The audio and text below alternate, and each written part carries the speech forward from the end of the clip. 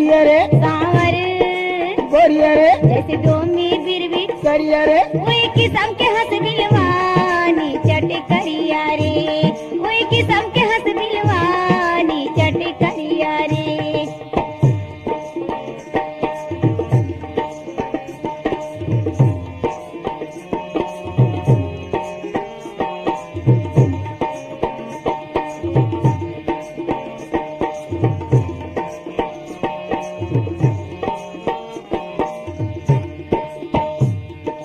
बना बधे तोर नाम के शहर न रहे न गाँव के घाम न रहे न छाँव के हो जा चिन्हा तोर पाँव के बना बधे तोर नाम के शहर न रहे न गाँव के घाम न रहे न छाँव के हो जा चिन्हा तोर पाँव के पहाड़ी पर्वत खोज डरे खेत खाए परिया रे मोर मन हरिया रे सांवर गोरिया रे जैसे डोमी बिरबी करिया रे कोई किस्म के हंस बिलवानी चट करिया रे कोई किस्म के हंस बिलवानी चट करिया रे मोर मन हरिया रे सांवर गोरिया रे जैसे डोमी बिरबी करिया रे कोई किस्म के हंस बिलवानी चट करिया रे कोई किस्म के हंस बिलवानी चट करिया रे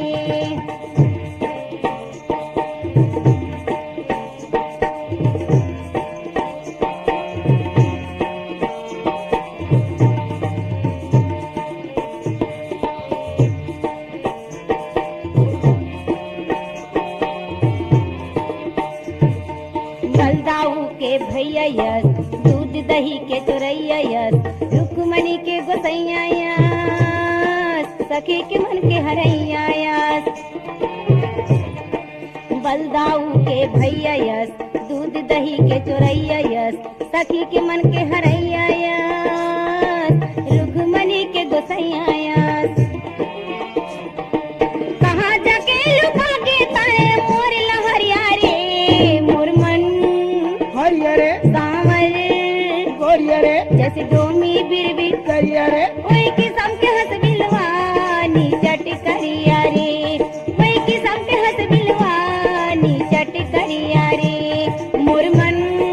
हरिया रे सांवर गोरिया रे जैसे डोमी बिरबी करिया रे कोई किस्म के हंस बिलवानी चट करिया रे कोई किस्म के हंस बिलवानी चट करिया रे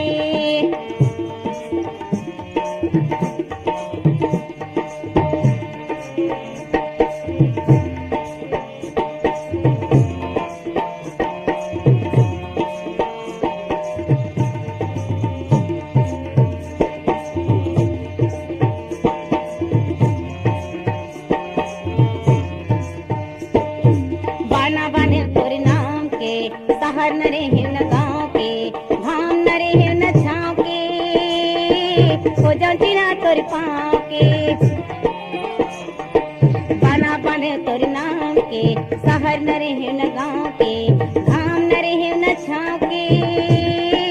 हो जा चिन्हा तोर पाँव के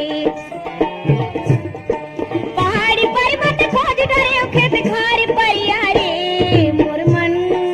हरिया रे सांवर गोरिया रे जैसे डोमी बिरबी करिया रे कोई किस्म के हंस बिलवानी चट करिया रे कोई किस्म के हंस बिलवानी चट करिया रे मोर मन हरिया रे सांवर गोरिया रे जैसे डोमी बिरबी करिया रे कोई किस्म के हंस बिलवानी चट करिया रे